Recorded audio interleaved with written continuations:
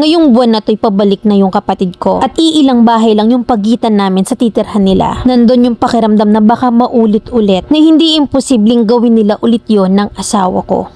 7 months akong buntis noon sa panganay namin na nung panahong yon ay dalaga yung kapatid ko at close sila ng asawa ko na kapag may kailangan siyang puntahan or bilhin ay lagi silang magkasama ng asawa ko. Never ko silang pinagdudahan kahit na nga may mga bagay na hindi dapat nangyayari. Nagtataka na ako sa tuwing binubuksan ko yung messenger ng asawa ko na bigla na lang nawawala yung conversation nila. Pero never akong nagtanong kung bakit niya dinidelete ang convo nila ng kapatid ko. Not until na mahuli ko sila after ng occasion dito sa amin sa chat na deleted na rin. Pop up yung notifications at nag-appear yung chat heads nung kapatid ko. Nung una, hindi ko pinansin yung chat heads ng kapatid ko pero hindi ko alam na para bang bigla na lang may bumulong sa akin. Na sige, tingnan mo na. Kaya nung tingnan ko ay laking gulat ko na may 3 message yung kapatid ko sa asawa ko. Na ang sabi ng kapatid ko sa asawa ko, hindi na magtino kung kailan magkakaanak ka na. Masaya ka na nakuha mo na. At ang last message ay emoji na nakasimangot. Yung takot at galit na nararamdaman ko'y naghalo-halo na lang at bigla na lang tumulo yung luha ko. At tinanong ko siya kung ano bang ibig sabihin nun at bakit may ganung nangyari. Pero ang sagot sa akin ng asawa ko ay ang tinutukoy daw ng kapatid ko ay yung boyfriend ng kapatid ko pero hindi ako naniwala nun. Hindi naman ako tanga, buntis lang ako. Kaya tinanong ko na rin yung kapatid ko kung ano bang ibig sabihin at ipinakita ko yung screenshot ng message niya. Pero parehas lang sila ng sagot ng asawa ko. Nag-file ng kaso ang kapatid ko laban sa asawa ko dahil ni-rape daw siya. Sumuko ang asawa ko nun sa pulis at 2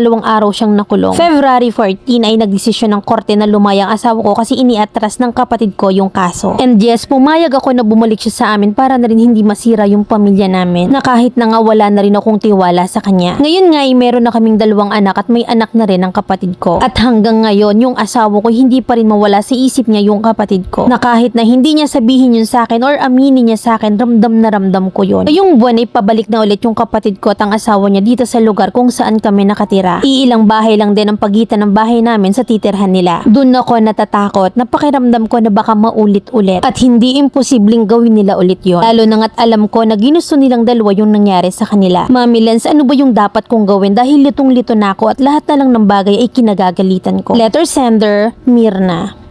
Sa masabi naming lahat sa'yo, ang tanong ko'y gagawin mo ba? Iiwan mo ba? Hindi naman diba? Nakisama ka kahit na alam mong may issue between them. Imagine kapatid mo pa. Pero siging tiis ka, why? Para sa anak mo kamo. Pero ang kapalit, wala kang peace of mind, overthink kang malala, laging galit at para kang sinisilihan ng puwet. Kasi nga yung trust and respect nyo sa isa't isa ay wala na. Ngayon natatakot ka na uulitin niya yan. Malamang agad mo ngang pinatawad wala man lang pinitensya sa Mariosep. Tsaka tama na yung kakadahilan sa mga anak nyo. Kasi yung mga ganyang dahilan, yan yung mga babaeng hindi kayang tumayo sa sarili. Yung babaeng nakasandal sa lalaki, hindi kaya ng walang lalaki. 2025 na, ang babae nagtatrabaho na rin sa panahon ngayon. Patas na ang tingin sa lalaki at babae na in fact madaming babae ang mas kumakayod ngayon at madiskarte. Dadahilan mo na ayaw nyo ng broken family kaya kayo nagstay. From the moment na nagtaksil yan, broken family na kayo. Huwag yung pati sarili nyo niloloko nyo sa pagbabalik ng kapatid mo. Sa mas malalang depression, stress, anxiety, hallucination, or overthinking kang malala for sure. Ang masaklap na akala mo ikaw lang yung nagsasuffer sa sitwasyon. Pero di mo alam na pati ang anak nyo nadadamay sa inyo. Ako'y hanga na sa'yo na tinanggap mo pa. Pwedeng pwede ka nang ipalit sa luneta.